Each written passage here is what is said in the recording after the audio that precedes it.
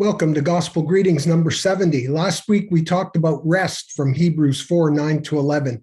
There remains then a Sabbath rest for the people of God. Let us therefore make every effort to enter that rest. Rest is so elusive for so many of us, yet we need to plan and prepare and then receive God's rest by faith. This week we will be discussing overcoming bitterness from Ephesians 4:31 and 32. Which reads, "Get rid of all bitterness, rage, and anger. Be kind and compassionate to one another, forgiving each other, just as in Christ God forgave you." Wonderful words, but so difficult, because one of the challenges of leading in the marketplace is dealing with difficult staff, difficult customers, difficult suppliers, and dare I say, difficult family members. Over time, many hurts and wounds can affect our attitude, and we can become bitter, anger, even raging. And this is what Zig Ziglar used to call a hardening of the attitudes. For many of us, this hardening can happen slowly after many incidents. For others, it comes decisively after a betrayal or a deep hurt. Heck, many of these issues go back to childhood wounds. And there's something deceptive about bitterness. You may say, "Oh, I've forgiven them."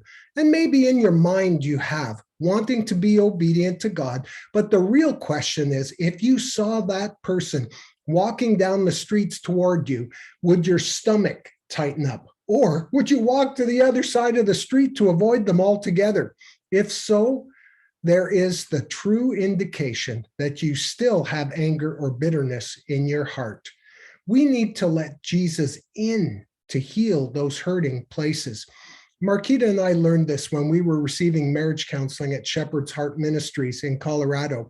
They have a forgiveness process that helps you spill it all out to the Lord and receive his love and healing. What you do is you make a list of everything the offender has done to you in detail. And they said to us, don't let either time or fatigue stop you from listing each incident until you're finished. My list was 6 or 7 pages long. Marquita's list was probably 20. Then you write out and forgive the person, listing each category of offenses and the consequences that resulted. And then you forgive yourself for garbaging up your life with all this bitterness. And then you ask God for forgiveness.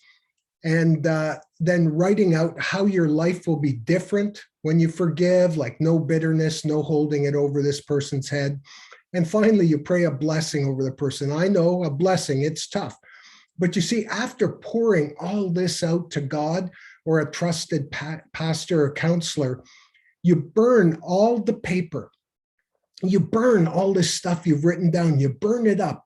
But the pieces on how your life is going to be different and the prayer of blessing, those you save. There's something about that, burning all the hurt and saving all the blessings. Now, you have to remember that by forgiving, you are not letting this person off the hook. You're taking them off your hook and putting them on God's hook. You're also not minimizing or waving off the hurt done to you. You're turning to God to heal those hurts. And then in that way, you're kind of forgiving for your own benefit, to heal the emotional scars that have so many physical symptoms like stress, anxiety, etc. Now, you can't expect that just because you've forgiven, poof, like magic, the relationship will be restored. In fact, don't even tell the person you've forgiven them. That'd create another round of challenges. Just let your changed attitude bear witness. Let your prayers change your heart and theirs. If this is hard, remember how in Christ God forgave you. He forgave you of every sin by Jesus' own shed blood for your own health. Will you overcome bitterness by forgiving this week?